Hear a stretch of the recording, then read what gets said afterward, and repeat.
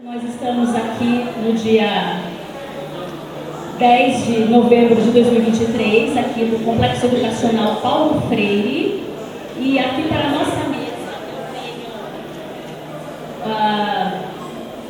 eu tenho o senhor Reinaldo Priante, que representa a diretoria de finanças de Jacareí, a senhora Thalita Moreira, representando a Santa Casa, representa a gestão da Santa Casa, e o senhor Alexandre Vaz de Oliveira Moraes, que representa o plano diretor aqui do nosso município. Bom, eu vou começar então a palavra falando aqui com o senhor Alexandre, que é jornalista, advogado, com mais de 20 anos de experiência na gestão do setor público, setor jurídico e na comunicação estratégica. Ele está aqui atualmente como assessor da Secretaria de Governo e Planejamento do município de Jacareí. Para o plano diretor, eu tenho separado aqui dentre esses R's, da construção, o professor vai falar aqui brevemente sobre como funciona os 5 R's que compõem a transparência ativa, diferentemente da transparência passiva. Professor, me escuta, pode abrir a mesa falando das diferenças entre a transparência ativa e a transparência passiva, que compõem o 5R Index. Vocês me ouvem bem? Sim. Muito bem. Então, agradecer à colega RP Érica Bassi, do Relacione-se Vale, e ao Conrep 2 também, São Paulo e Paraná, pela oportunidade, e também aos organizadores desse Fórum de Desenvolvimento Econômico 2022. A tese, na verdade, a mesa redonda, o papel das relações públicas na construção da transparência coincide inteiramente, na verdade, com a tese que presidiu toda a pesquisa e o processo de desenvolvimento dessa inovação que a Érica Bassi está levando aí ao Estado de São Paulo em primeira mão, que é o 5R Index. O que é isso? Isso é um indicador para a transparência ativa composto de 5 instâncias. É um exame que as empresas e as organizações públicas ou do terceiro setor passariam, em que 5 instâncias são analisadas. O que nós temos hoje? O que é considerado hoje ser transparente? Uma organização ser transparente. Ela cumprir a legislação civil aplicável. Então, se é uma empresa da área de alimentos, há uma legislação.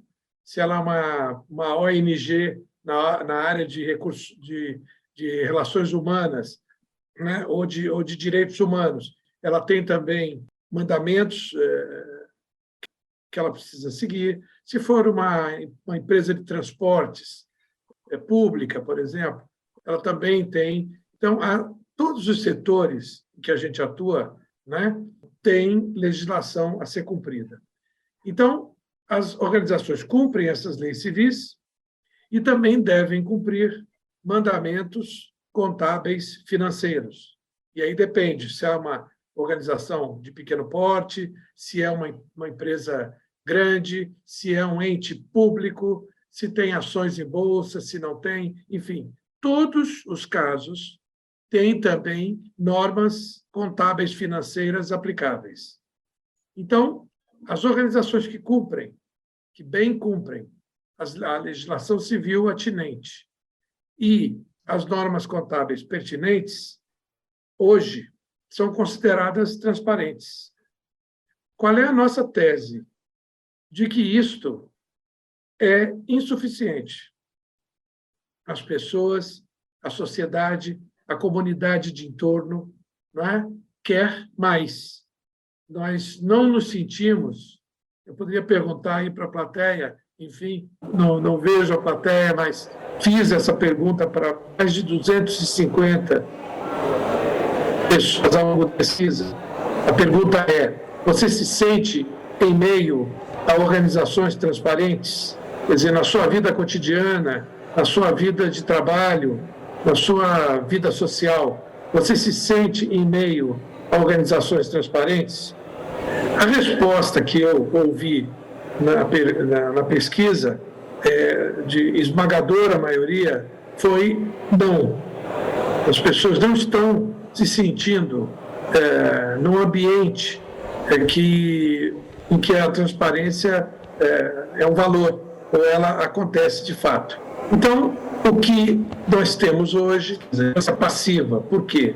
Porque se você quiser saber mais alguma coisa sobre a organização, você tem que pedir, com base na Lei de Acesso à Informação, você tem que esperar, e o gestor vai poder dizer, olha, eu já dei essa informação, ela está lá no site, ela está lá no arquivo morto, você pesquise, você busque, você espere.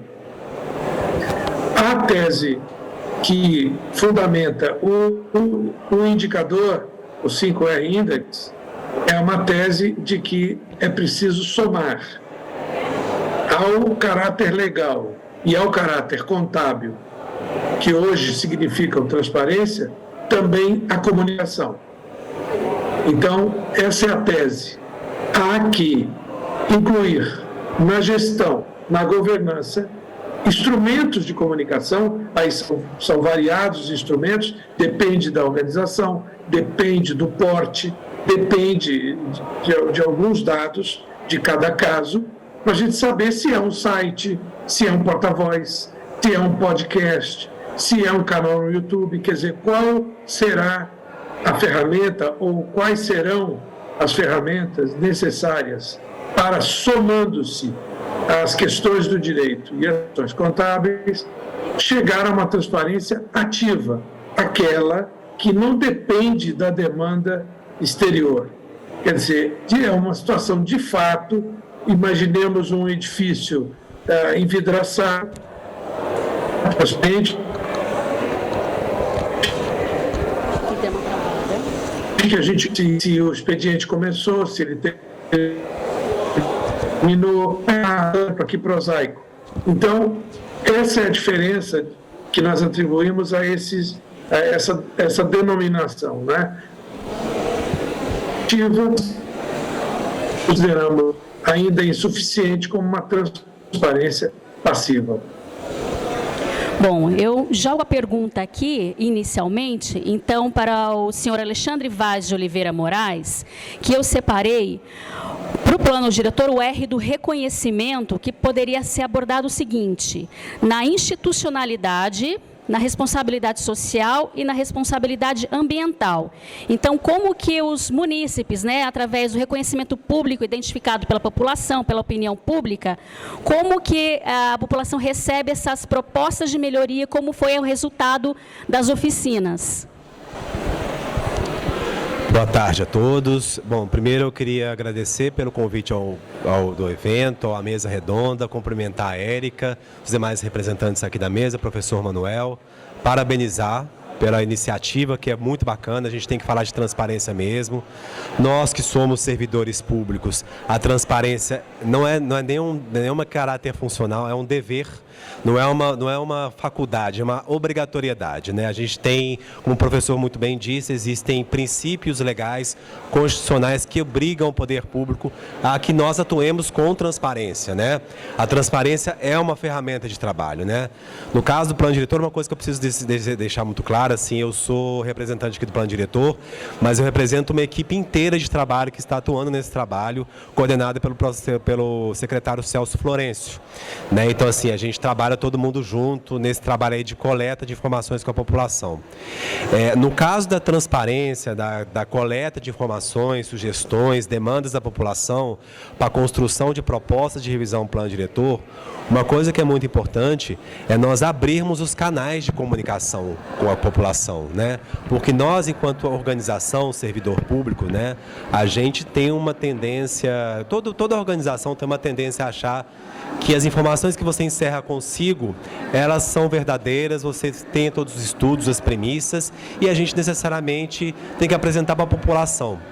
A gente, quando setor público, a gente tem a obrigação de abrir o canal com a população, né? E quando a gente fala população, são os diversos setores da sociedade, né? Os segmentos organizados, os movimentos populares, os órgãos de controle, o doutor Bernardo que está aqui, o Ministério Público, a gente conversou bastante com o Ministério Público, a Defensoria Pública, para poder construir um processo adequadamente participativo, né, que atendesse os preceitos constitucionais, legais.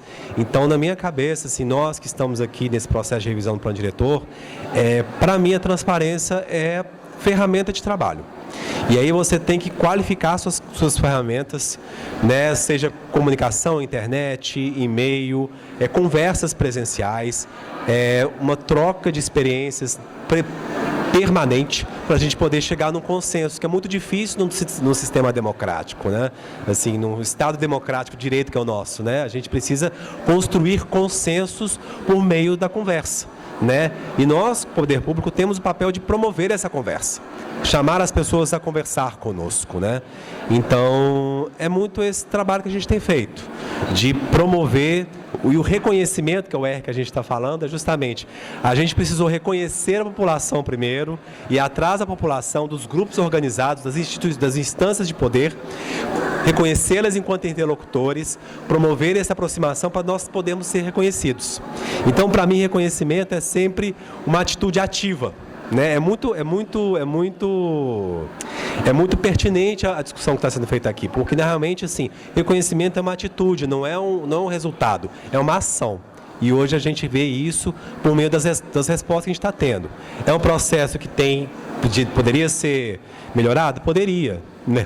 Nenhum processo é 100%, mas a gente está no processo de contínuo aprimoramento e está sendo muito satisfatório. Caiu a conexão, estávamos falando do R do reconhecimento, na questão do plano diretor. Não sei até que parte vocês pegaram, a gente vai repetir aqui novamente. Eu tinha comentado que no R do reconhecimento nós abordamos a institucionalidade, a responsabilidade social e a ambiental. Nesse reconhecimento público da população na construção de propostas para o plano diretor. Alô, bom, voltando um pouco à discussão, a gente estava falando sobre o plano diretor, né? Assim, né, eu estou aqui representando uma equipe do plano diretor, o trabalho é coordenado pelo secretário Celso Florencio, mas a questão do reconhecimento público, né, da construção de propostas, ressaltar que esse reconhecimento, ele é fruto de uma construção de um diálogo permanente com a população, né? A gente reconhece a população, a gente vai até a população, conversa com ela, disponibiliza nossos canais de conversa, estuda essa população para poder até chegar num consenso, né? Assim, esse reconhecimento, no meu entendimento, é sempre uma ação que parte do agente organizador, né? No caso, nós, setor público, a gente promove o reconhecimento dos nossos pares, né? Da sociedade, dos órgãos de controle, né? Dos diversos grupos sociais que compõem os grupos de interesse, para a gente poder depois receber esse reconhecimento. O reconhecimento, primeiro, é uma ação que parte do interessado, né? No caso, para o setor público. E tem sido muito gratificante, tem sido muito bacana, a resposta tem sido muito positiva. Assim, eu acho que assim, todo o processo ele sempre vai ser apto a ser melhorado, né? Assim, ele sempre pode ser melhorado, mas eu acho que tem sido muito satisfatório nesse sentido. As propostas realmente têm refletido aquilo que a população quer. Eu acho que vai sair um produto muito legal. Professor Marcondes? Vocês me ouvem bem? Sim. Olha, agradeço aí a observação. Eu só queria fazer, então, o seguinte input. No caso do exame, não é? Nós estamos aí olhando a organização de fora para dentro, né? A gente pensa em coisas bem básicas, em termos de identidade, né? e de presença. Hoje, né? É fundamental uma presença digital. Então, você abordou o Alexandre que falou, não é isso? Isso, ele mesmo, Alexandre de Moraes. Sim, obrigado, Alexandre. Então, você entrou um pouco numa seara que, para efeito didático, tem que entender também que o nosso exame ele tem uma característica científica muito analítica, separando coisas que na vida prática não são separadas. Isso é uma coisa muito interessante. As organizações são vivas, elas se compõem e se conformam de maneiras absolutamente diversas, não tem manual, não tem padrão. Então, agora, quando a gente se propõe a fazer uma auditoria, eu não falei essa palavra antes, eu falei um exame, mas ele tem o mesmo significado de uma auditoria externa, a gente separa. Então, é para fins, deste exame. Não estou aí discordando da tua fala. Mas você, por exemplo, entrou firme, forte na questão já do relacionamento, né? Quando você fala da percepção e da relação que se estabelece, tendo em vista o reconhecimento que a população tem de determinado órgão do qual precisa e com o qual conta. Então, como vocês estão aí no município, me pareceu aqui, por tudo que eu recebi, bastante bem estruturado, talvez em questões de reconhecimento, vocês estejam muito bem. Vocês já tenham, da parte da população, uma percepção muito clara do que é a Secretaria de Governo, né? Do que é a gestão pública em termos financeiros, a quem eu devo recorrer se eu sou um cidadão de Jacareí para resolver determinado problema. Então, esse reconhecimento, vocês podem estar com uma nota muito boa para falar a linguagem do nosso exame, né? E aí nós poderíamos nos concentrar numa segunda etapa, no relacionamento, que é o segundo R, né? Que também pode ser que vocês estejam muito bem. Uma auditoria, nós fizemos, um dos pilotos que nós fizemos, a organização que se dispôs a fazer o exame, a passar pelo exame, ela gabaritou os nossos quesitos, porque era uma organização transparente de partida. Foi uma surpresa muito boa que tivemos. Então, eventualmente, vocês já estão bem em vários quesitos, e isso é muito bom, porque a ideia do exame é justamente verificar se há uso das melhores práticas. Então, se vocês já têm boas práticas, seguramente têm um bom score e já passam direto pelos quesitos, são 200. Então, em reconhecimento são 40, em relacionamento são outros 40, e eventualmente vocês já estão bem avaliados, uma boa parte deles. Bom, agora eu passo a palavra aqui para o senhor José Luiz Bednarski, que é o promotor titular da 2ª Promotoria de Justiça de Jacareí, que ele reúne as atribuições de patrimônio público, patrimônio social, inclusão social, direitos humanos, consumidor, além da fiscalização de processos de interesse público em 2 varas cíveis locais daqui de Jacareí. Então, para a promotoria, eu separei o R da relevância. Como que, no âmbito do direito do consumidor e da cidadania, como Vossa Excelência pode adotar como eixo, né, como sugestão, trabalham a comunicação pública, o advocacy, a cidadania corporativa, no caso da OAB, a participação política e a participação em conselhos. Aí eu coloquei em 5 tópicos, podendo ser discorrido como vocês percebem. Saúdo o professor Manuel, aqui presente, a gente ouve muito bem, a amiga Anitta, diretora municipal, aos amigos aqui presentes, obrigado, Érica, pelo convite, por estar aqui, é uma honra representar o Ministério Público nesse evento grandioso. Eu dei uma volta por aí, vi como está movimentado, está bacana, muita coisa importante discutida, né? E eu digo, primeiramente, que toda palavra tem uma carga valorativa. E relevância não é diferente. engana-se quem pensa que relevância é importância. Isso seria um conceito bastante incompleto. E eu vou dar um exemplo. Se o doutor Alexandre arruma uma namorada e ela diz assim para ele: meu amor, você é muito importante para mim. É uma declaração de amor. Agora, se uma outra namorada ele arruma e essa segunda diz: meu amor, você é muito relevante para mim. Olha, já vai, a anteninha dele já vai ficar ligada. Fala, ih, tem problemas aí pela frente. Isso está um pouco esquisito. Porque a relevância, na realidade, ela é uma importância estratégica. E qual é a importância estratégica de um órgão público?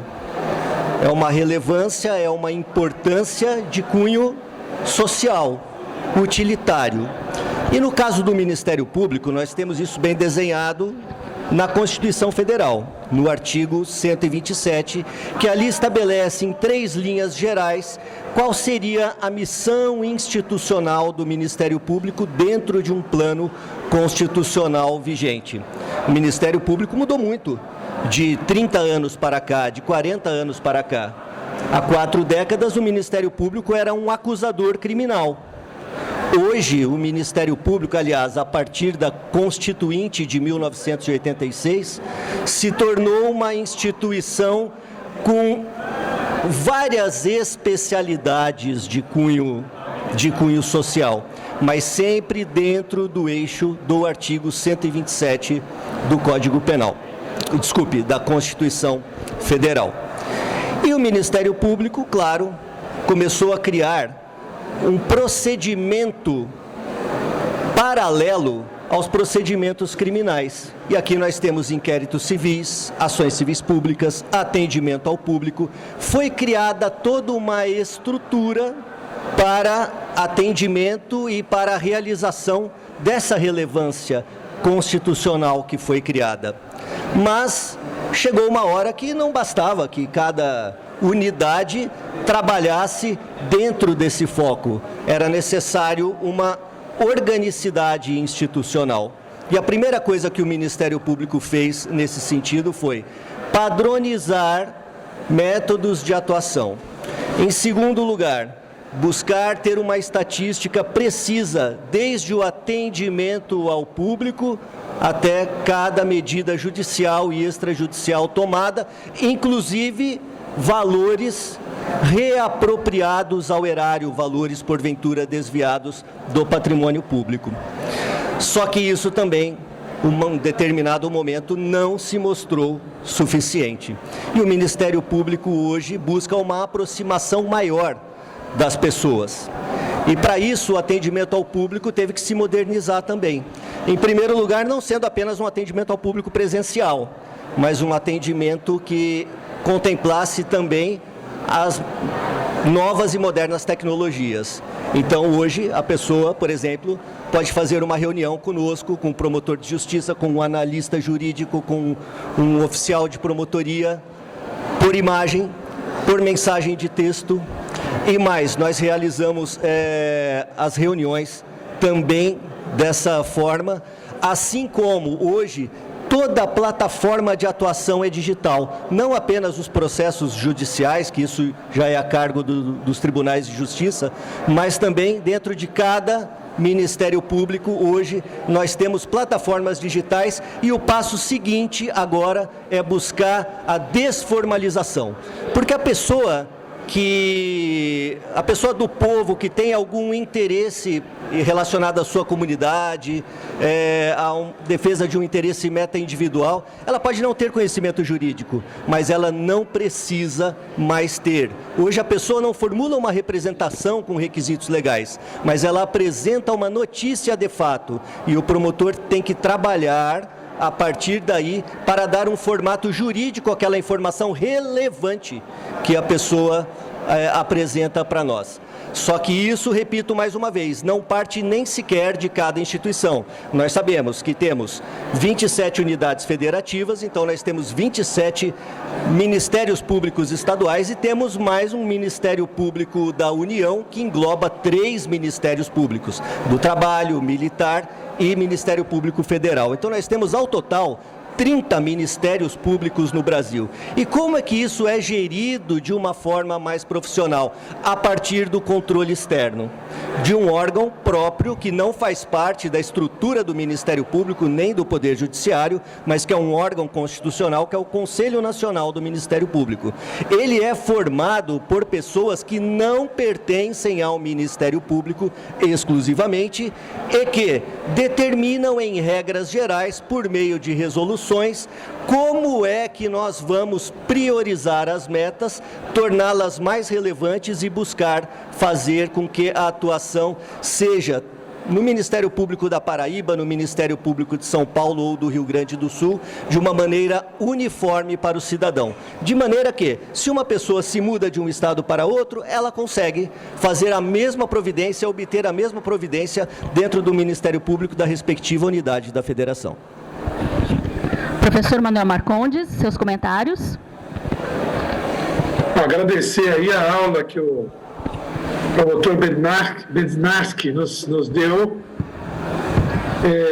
Isso é uma coisa muito importante, porque há ainda, aí falo de uma percepção pessoal, muito desconhecimento, falando assim, da população como um todo, o importantíssimo papel do Ministério Público. Nós tivemos ocasião de, no Observatório da Comunicação Institucional, que é uma entidade sem fins lucrativos, com 10 anos de existência, nós procuramos o Ministério Público no Rio de Janeiro, falamos com o Ministério Público Estadual e também com o Federal, e descobrimos lá que o nosso tema, nossa temática, nossas preocupações são direitos difusos. Porque, por exemplo, o consumo, a legislação de consumidor, ela é muito boa no Brasil. E o Ministério Público também atua, como o senhor disse, nas áreas mais diversas, o trabalho, o ambiental, mas os direitos difusos, acho que o próprio nome já denota, é uma miríade de questões, e a comunicação institucional, que é o foco central da nossa profissão, da minha e da Érica, que é Relações Públicas, que é tratar da comunicação institucional, quer dizer, não é uma comunicação mercadológica, não é uma comunicação de vendas, não é a comunicação jornalística. Nós estamos falando aqui, por exemplo, o Ministério Público falar, não é? Por si, qual é a voz dessa entidade. Então, no caso da instância, relevância do exame, aquela porção que olha para o entorno, basicamente analisando mercado e concorrência. Muito interessante, a Cabassi tocou aí o nosso evento, nossa participação, a nossa mesa, dividindo, não é, para cada instância um convidado e uma fala. No caso do Ministério Público, não tem questões ligadas a marketing, não é? Mas tem as questões ligadas à opinião pública, que está dentro dessa instância, e, por exemplo, a participação em eventos, como é esse presente caso. Então, eu acredito que tenha sido muito feliz essa aproximação, e essa participação, e esse contato com o Ministério Público, que aprofundar para atender a demanda que são difusas, não são específicas do consumo, mas que dizem respeito à comunicação que o cidadão tem o direito de receber das instituições, uma informação fidedigna, uma informação clara, uma informação que não induza a erro de julgamento. Isso é uma coisa que a gente anda um pouco desprovido em termos gerais. Não estou falando de comunicação específica, mas pode ser de empresas, pode ser de órgãos públicos, pode ser de gestores particulares, enfim, comunitários. Eu acho que é uma questão, sugeriria aí a Érica anotar essa vertente de interesse, tratar de direitos difusos junto ao Ministério Público pelo Observatório. Bom, agora eu passo a palavra para a Thalita Aparecida Moreira Fernandes, que ela é especialista em gestão de pessoas, pós-graduada em gestão hospitalar. Para a Santa Casa, eu separei o R da resiliência. Recording in progress. E vocês podem abordar a questão, por exemplo, da difícil gestão dos recursos do SUS, sobretudo na pandemia, e como vocês se sobressaíram e superaram esse obstáculo. Boa tarde a todos. Boa tarde, Érica. Obrigado pelo convite. Boa tarde a todos presentes. Boa tarde ao professor. Boa tarde à Anitta. Sim. Eu quero agradecer, pelo convite e dizer que a gente está honrado em representar a Santa Casa, com esse R de resiliência, que é de superar e enfrentar as adversidades. E é o que a Santa Casa vem fazendo há mais de 170 anos, E nesse momento de pandemia, nós que estávamos lá de frente, podemos ver o quão difícil foi e como todos se saíram com a união. Antes de qualquer coisa, a união foi mais forte. Tivemos recurso do governo federal, o recurso não sendo próprio para a Covid, não sendo suficiente, tivemos apoio da Prefeitura Municipal e as doações intensificaram nesse momento. Muitos nos procuraram, tanto pessoa física quanto jurídica, para fazer doações. E isso nos ajudou muito e nos ajuda muito. Essas doações de todos os, tanto material, quanto insumos, alimentos, e nos deu um apoio muito grande nesse momento da pandemia. E o legado que ficou nessa pandemia é que nós tínhamos 8 leitos de UTI e agora nós temos 20 leitos de UTI no hospital. E isso é um bem para a população, de modo geral. E nós podemos observar os funcionários, a união de todos os funcionários. Somos 750 funcionários que superaram as adversidades, com a crise, com a flexibilidade, enfrentando os problemas. Tem um problema, vamos ver como podemos resolver, vamos sentar, um plano de ação, e assim estamos, continuamos, para o bem da população. Quero agradecer. Professor Manuel. Bom, eu recortou um pouquinho, mas eu acho que peguei a essência, Um trabalho muito, muito importante interno com os recursos humanos. Nós temos uma estratégia dentro dessa instância, que é a resiliência, que é a gestão da mudança. E nós tivemos aí, nesse período, radicais de comportamento tanto interno, de funcionamento administrativo, como de atendimento à população. Então, esse é um aspecto importante, que está presente nesse indicador.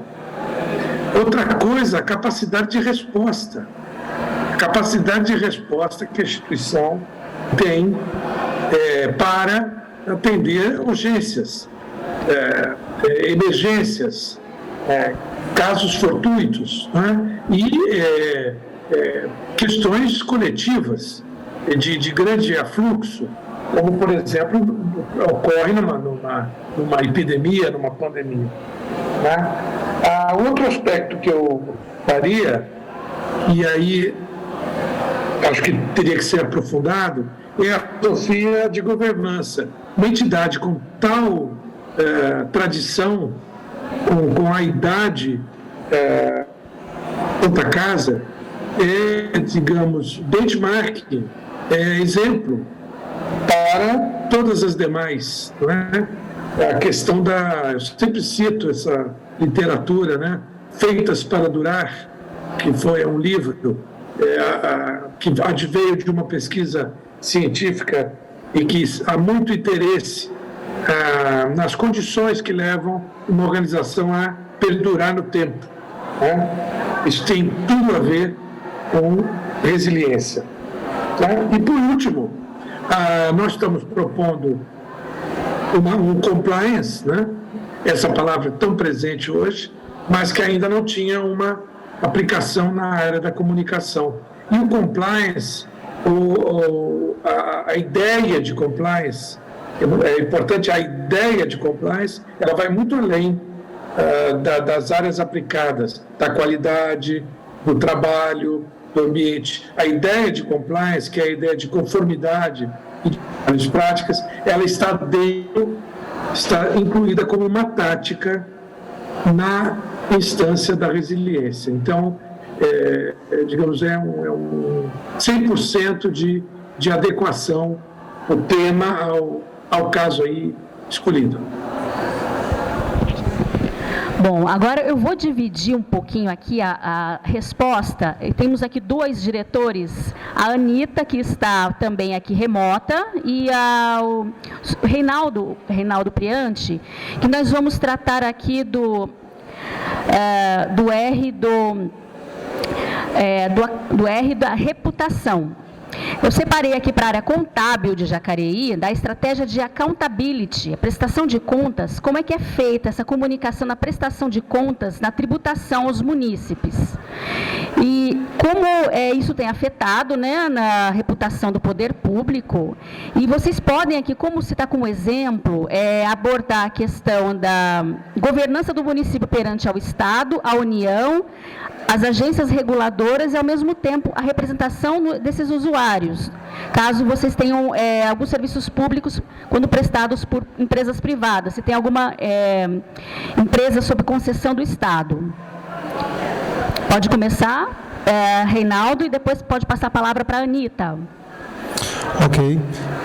Boa tarde, agradeço o convite da Érica, do professor Manuel, aqui os presentes, cumprimento todos também. Como foi o professor aqui, né, e também o Alexandre, na questão da transparência, da questão até o promotor aqui sobre a questão da parceria, né, do público, né, dentro da ação pública, né. Hoje a cidade de Jacareí nós cumprimos, né, de uma forma seguindo a lei de responsabilidade fiscal, a prestação de contas, né, como falou a Érica, da contabilidade do município, né, avaliando, né, todas as receitas e despesas do município, onde nós fazemos, né, todos os meses de fevereiro, né, maio e setembro, que é um ato importante, como falou aqui até o próprio Berdinazzi, das pessoas ver a relevância que cada um tem sobre aquilo que está sendo colocado, e é feito essa prestação de contas do município de forma virtual, onde as casas legislativas, né, elas demonstram, né, no dia da prestação de contas, né, via YouTube, via televisão da Câmara, né, para que o munícipe possa acompanhar como está sendo os gastos do município perante aquele quadrimestre. Esse é um fato importante. Outro fato interessante também, né, que nós trabalhamos em conjunto aqui na Secretaria de Finanças, é a responsabilidade do ESIC, que é um sistema eletrônico de informação, né, que hoje é um canal bem interessante ao público que às vezes não conhece, ou aquilo que o público não encontra de forma, como falou o próprio Berdinazzi aqui, de uma forma explícita dentro da comunicação pública, você pode solicitar através do ESIC informações mais claras sobre a sua secretaria que você tem necessidade de reconhecimento, né? Hoje, na Secretaria de Finanças, eu acabo respondendo sobre o ESIC, sobre perguntas as quais o munícipe, né, ou a sociedade tenha que não esteja divulgado naquele momento. E sobre a relevância federal, uma coisa interessante que falou a Érica aqui e o professor Manuel, a nossa cidade, né, ela está com nota A na condição de pagamento, que está disponível no portal transparente do Tesouro, né, que é uma nota interessante dentro do município que traz um reconhecimento, né, do desenvolvimento econômico interno, porque se o município consegue manter as suas contas em dias, né, onde o federal consegue localizar isso, tem um grande desenvolvimento interno da sociedade também. Ok? Anita, quer fazer comentários? Bom, primeiramente quero agradecer novamente, né, a oportunidade, fiquei muito honrada com o convite, principalmente porque falar sobre prestação de contas para uma pessoa que vem de 15 anos de auditoria no setor privado antes de entrar na prefeitura é uma delícia, que ninguém gosta de ouvir sobre isso, né? Então, assim, agradeço. Eu peço desculpas por não estar presente, né? Entre tantos colegas, eu, Alexandre, o promotor, agradeço o Reinaldo por estar presente aí no meu lugar também, porque eu fui para Curitiba num congresso, trouxe na mala conhecimento, contatos e Covid, né? Então, não pude estar aí.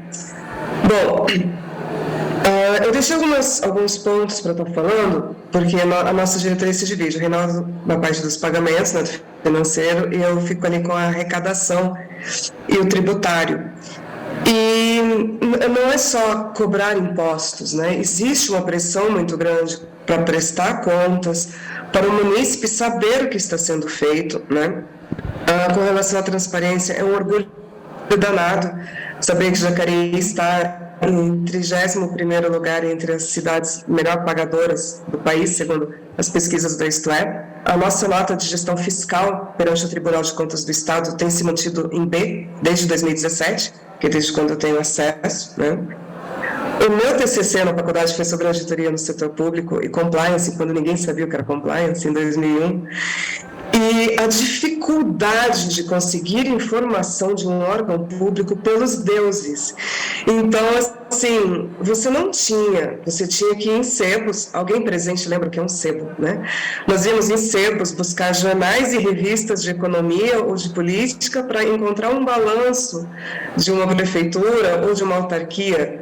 E hoje em dia nós temos aí a lei da transparência, nós temos aí as publicações, os órgãos reguladores nos auditando, que para nós eu vejo como grandes parceiros, porque graças a eles a gente consegue trazer o resultado de um trabalho, de um esforço, de uma união entre setores e de responsabilidade com o dinheiro público, que é importantíssimo demonstrar isso. Então, com notas boas, com avaliações, dicas e procedimentos dos tribunais de contas, a gente consegue fazer um trabalho adequado, legal, né? Legal que eu digo de legislação mesmo, e a gente consegue trazer isso para o público, mostrando a transparência da nossa atividade, mostrando o que está sendo feito com os repasses, tanto governamentais como com os impostos e taxas que a população paga para os governos, e a gente aproximação das pessoas fiscais também do próprio governo. Então, foi o tempo que um governo era fazer santinho na rua. Hoje as pessoas têm acesso a isso, está tendo uma consciência política, uma consciência financeira, uma consciência de legislação, e da população cobrar pelos seus direitos e pelo conhecimento do que está sendo feito para ela, né? E uma coisa que, eu juro que eu estou resumindo, eu queria pegar um gancho também com o que o promotor Bedinarski falou, sobre a padronização, a necessidade de ter uma padronização no país. E a área tributária e fiscal, ela está indo para esse caminho, né? A gente teve a nota fiscal eletrônica de vendas, que começou lá em 2014, agora está indo para a nota fiscal nacional de serviços, mas Jacareí também está vindo, a gente já acabamos de passar na Câmara uma atualização do Código Tributário, trazendo mais transparência em detalhes legais que haviam procedimentos, mas que ainda não estava escrito, igualando com o Código Tributário Nacional, com algumas questões de leis complementares que ainda não tinham vindo para Jacareí, ainda não estavam na nossa legislação. E tudo isso vem por quê? Para padronizar, para ter a transparência, principalmente a guerra fiscal entre municípios, por causa de legislações diferentes. Você consegue prestar um serviço em Jacareí e saber exatamente sobre aquela retenção do imposto, sem nada escondido, sem precisar fazer processos burocráticos para recuperar impostos. Então, é isso que eu tinha para falar, basicamente, né? Como que isso nos afeta? Muito bem, eu sou a favor da padronização, da fiscalização diária e de termos esses números presentes e fáceis de acesso para a população, para investidores principalmente, desburocratização, que a gente já está trabalhando bastante em Jacareí, em muitas cidades, principalmente do estado de São Paulo, com ferramentas governamentais que nós temos, E a aproximação, né, da população, e acho que a nota que a gente tem, o retorno que a gente tem sobre isso, sobre a nossa prestação de contas, é a reclamação do munícipe, né, ou os elogios que a gente recebe também pelo ICIC e pela ouvidoria do próprio município. Eu fico muito feliz com isso. Acabou, gente, juro. Professor Manuel, os comentários? Me ouvem bem? Sim. Sim. Bom, eu queria agradecer ao Reinaldo e à Anita essa fala, digamos, no quinto R, aproveitar para falar o seguinte: muito feliz a na oportunidade que eu vejo de estar falando com Jacareí, porque me parece um município com vantagens, e a questão da reputação, muita gente considera sinônimo de relações públicas, tratar de reputação. Mas a gente não trata de reputação com maquiagem. A gente trata de reputação bem quando a gente consegue influir na gestão, né? Colocar para o gestor elementos que vêm da pesquisa de opinião, do conhecimento da opinião pública sobre o que demandaria, porque a questão da transparência é uma questão muito mais da demanda do que da oferta. Explico. Nós temos sites de transparência, nós temos sites de prestação de contas muito pouco visitados, porque não é uma demanda corriqueira na vida da maioria dos munícipes. É claro que não precisaria ser da maioria, mas de um grupo qualificado que pudesse atender a toda a municipalidade, verificando as contas, né, já que se trata, essa instância, né, da prestação de contas responsável. Quando a gente fala em accountability, que é uma palavra que não ganhou tradução, as pessoas, assim como compliance, as pessoas usam em inglês, né? Então, o que o accountability significaria? Não é uma prestação de contas. A prestação de contas é uma questão numérica, né? Aritmética, tributária, contábil, é mais e menos e pronto. Agora, quando você atribui responsabilidade, né, e alguma punibilidade por parte da agência que tem que verificar, aí você entra nessa seara de accountability. Eu diria que a dificuldade da área reside principalmente na questão numérica, né, que não é uma questão fácil para a maioria da população. Meus alunos em administração, às vezes, não leem as páginas de balanços. Eles jogam fora. Eu digo, não. São as páginas que vocês precisam ler em minúcia. E é uma leitura muito árida. Enfim, mas eu vejo que Jacareí está muito bem na foto, com esses dados que a Anita trouxe, né? No 31º lugar. Se é nacional isso, é nacional? São 5.570 municípios. Nós estamos com 8,98, né, no ranking nacional como as cidades melhores transparentes. 8,98. É uma nota fantástica. E nota B, aí no estado de São Paulo, que é um estado com, se não me engano, quase 700 municípios, deve ser também uma boa situação. Então, eu acredito que foi um privilégio para nós aqui do Observatório estarmos em contato com vocês. Eu vou dar só um exemplo de um case também que nós estudamos, que foi o de Caxias do Sul. A Câmara Municipal de Caxias do Sul se propôs a fazer o exame porque apostava na transparência dos seus procedimentos. E foi muito bem avaliada. Então, também foi uma grata surpresa, como está sendo hoje para mim aqui também, ouvir um pouco mais das práticas de vocês aí na cidade.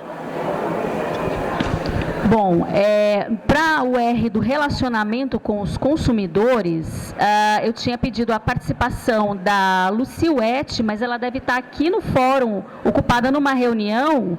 Então, eu vou jogar aqui para vocês, principalmente para o promotor aqui, que trabalha com a parte com o consumidor. Eu vou lançar para você aqui a pergunta sobre ouvidoria, como que é feita essa resolução de soluções. Como a promotoria atua na questão da ouvidoria e do PROCON, como tem sido essa questão, se chega até o Ministério Público, como tem sido essa gerência das soluções. A questão da ouvidoria é curioso, porque eu já estava realmente propenso a falar dentro da área do consumidor ou não, porque o Ministério Público, ele precisa, para continuar protagonista numa atividade de relevância na área jurídica relacionada à defesa de interesses sociais, ele precisa estar atualizado, né? Então, a ouvidoria, ela começou este ano a ganhar especializações também. Então, agora, nós temos uma área da ouvidoria que é apenas dedicada à defesa da mulher. É a chamada ouvidoria da mulher, porque o Ministério Público analisou as estatísticas e verificou que a questão da violência doméstica e a questão da desigualdade social de gênero são matérias socialmente relevantes e que devem ter um aporte estrutural maior por parte do próprio Ministério Público. Mas não basta a pessoa dar entrada na notícia e depois se defrontar com uma caixa forte. Não conseguir entrada, não conseguir verificar, não conseguir acompanhar. Então, para isso foram criados alguns mecanismos também. Antes deste ano, a pessoa recebia apenas um protocolo. Hoje não. Ela pode escolher entre fazer o protocolo ou, se ela própria quer fazer o registro com o tipo de destinação que ela quer dar, a verificação que o Ministério Público deve realizar a respeito do fato.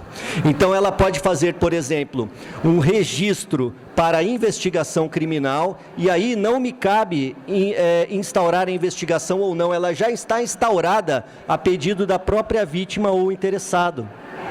Então, nesse caso, quando a pessoa tem o registro na mão, ela passa a ter também um acesso a toda a documentação. Esse acesso, primeiro, ele é apenas de acompanhamento das medidas que foram adotadas, mas ela tem também o direito de pedir, e ela recebe junto com o registro essa orientação já padronizada, que, se ela quiser, ela pode ter acesso a todos os documentos, uma vez que as investigações, procedimentos, ações judiciais, elas são, como regra geral, de natureza pública, ou seja, transparente. Tem que ser dado publicidade a isso. E mais, instaurando, indeferindo, propondo qualquer coisa que é feito, cada passo, o interessado é comunicado com cópia, não apenas para a ciência, mas também com informações de como ela pode fazer para recorrer internamente se ela estiver em desacordo com a decisão adotada ou o direcionamento adotado pelo promotor.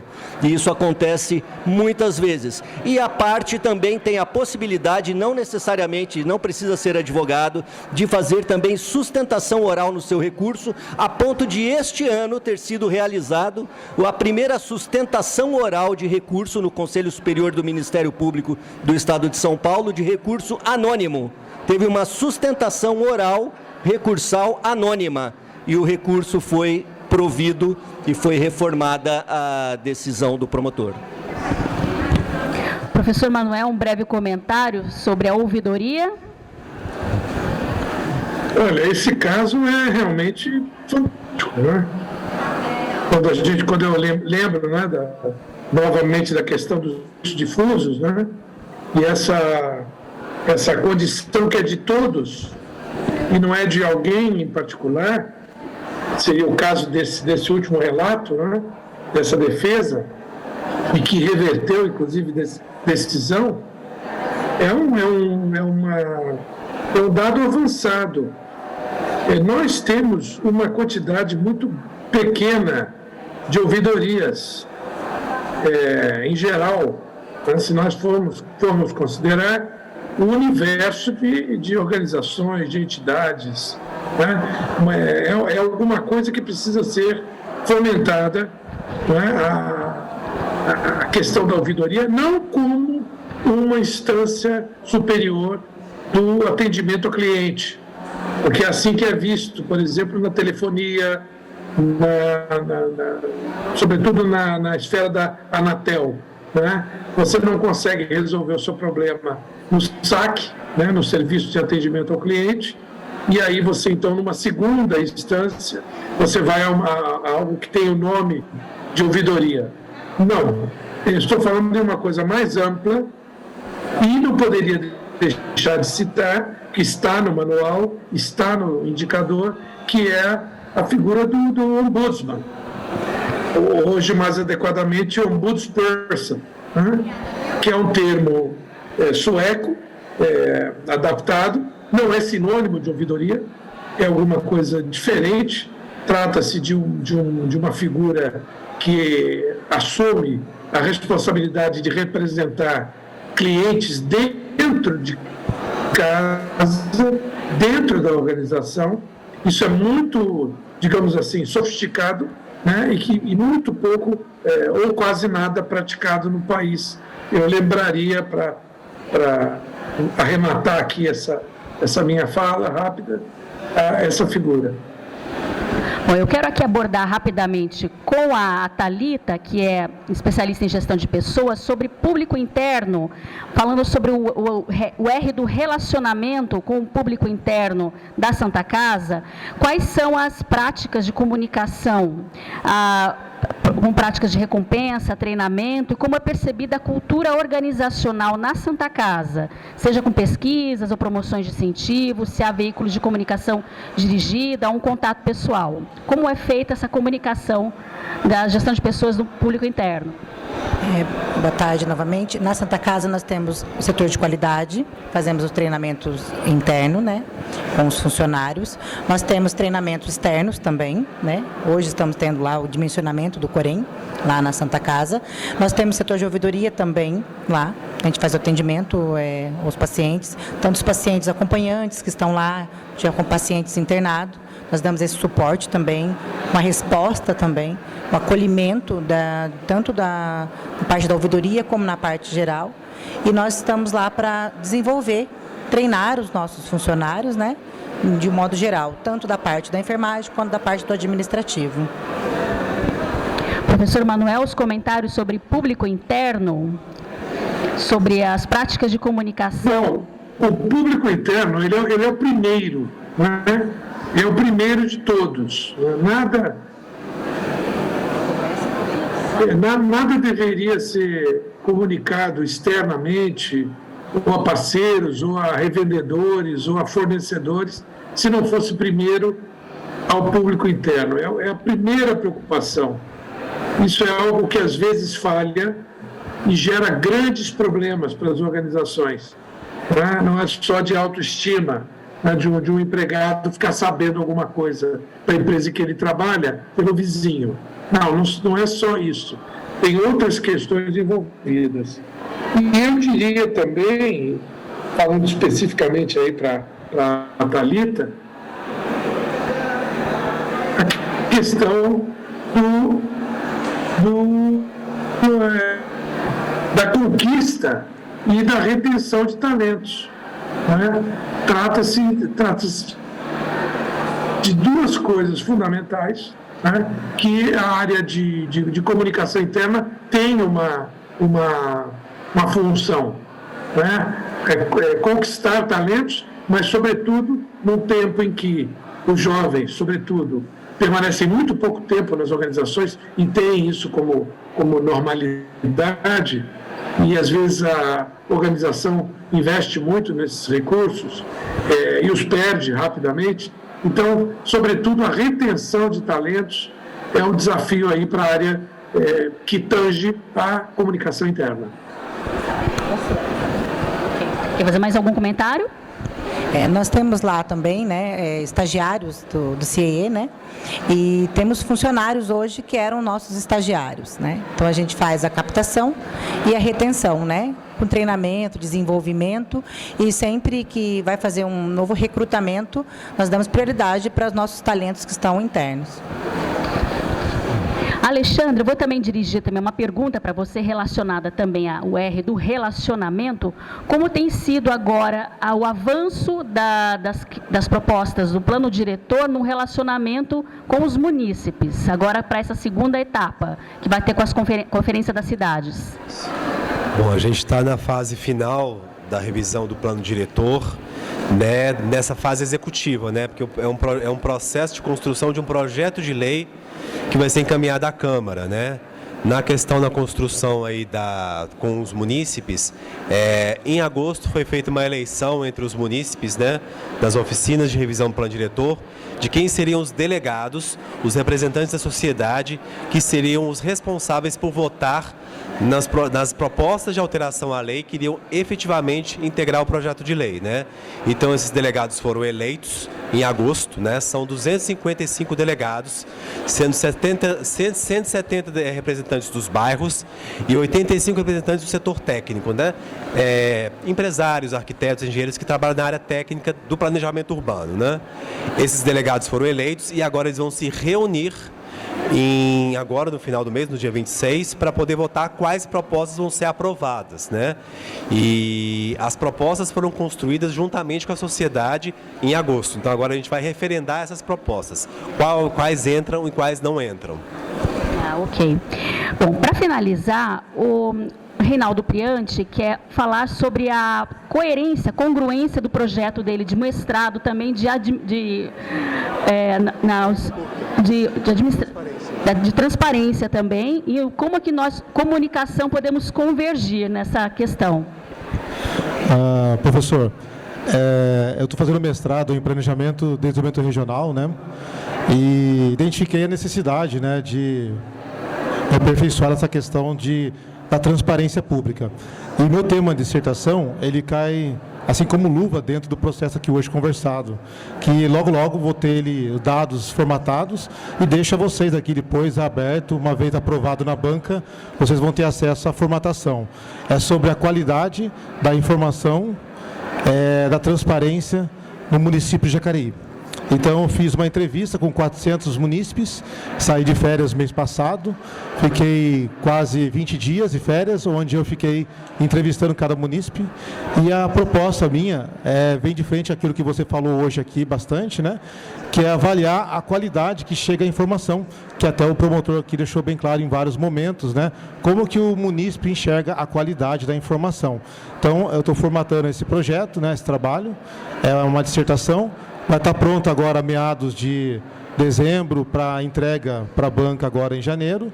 E assim que estiver pronto, ponho a vocês, né, para vocês verem como está o município de Jacareí nessa questão de avaliação da qualidade daquilo que é fornecido hoje pelo portal da transparência do município. E só ressalvando mais um detalhe, eu fiz um artigo, professor, agora esse dia foi publicado uma revista internacional, né, pela Unital, em Taubaté, que foi sobre aquilo que a Anita falou agora, dos balanços, né? Eu fiz um trabalho sobre a pandemia 2019, 20 e 21, pegando a sub-região do Vale do Paraíba, pegando as prefeituras, né, da sub-região, que entra Jacareí, Garatá e outras cidades. E a minha maior dificuldade, professor, acho que a Anita falou aqui hoje, eu não consegui todos os balanços, por incrível que pareça. O meu trabalho, até que eu pensei no momento que estaria corrompido, minha professora doutorada falou assim, não, está ótimo. É importante ver também o que não está. É onde você coloca dentro do seu projeto de artigo aquilo que falta.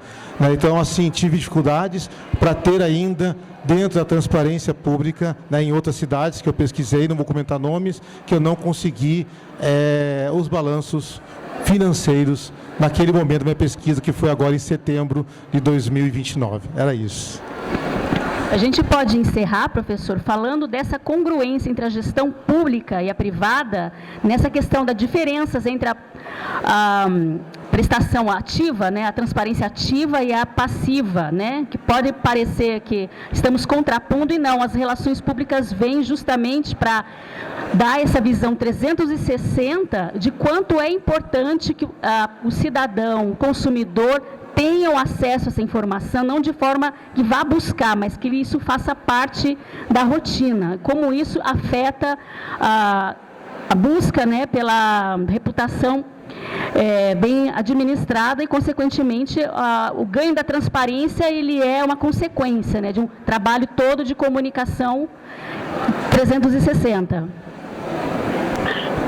Exatamente, Érica. E eu ressaltaria, ouvindo essa última intervenção, a nossa quinta causa no Observatório da Comunicação Institucional, constituinte do Observatório, que é a educomunicação para a cidadania, que é alguma coisa avançada no Estado de São Paulo, uma luta do professor Ismar de Oliveira Soares e outros, da USP, tentando emplacar esta formação, conseguiu. Já temos professores no ensino médio tratando de leitura crítica dos meios, quer dizer, ensinar o cidadão desde cedo a fazer a leitura, ver o que é relevante, o que é apenas promocional, que tem interesse de venda, ser um cidadão mais curioso, ser um cidadão mais aplicado na busca da informação, da boa informação, para melhor tomada de decisão. Não é uma coisa que está só ligada a gestores, está ligada à nossa vida prática, tomar decisões no dia a dia. Eu agradeço aqui a participação de todos, muito obrigada por colaborar e que a gente saia daqui consciente do nosso papel cidadão nessa construção da transparência e do nosso papel ativo na sociedade. Muito obrigada.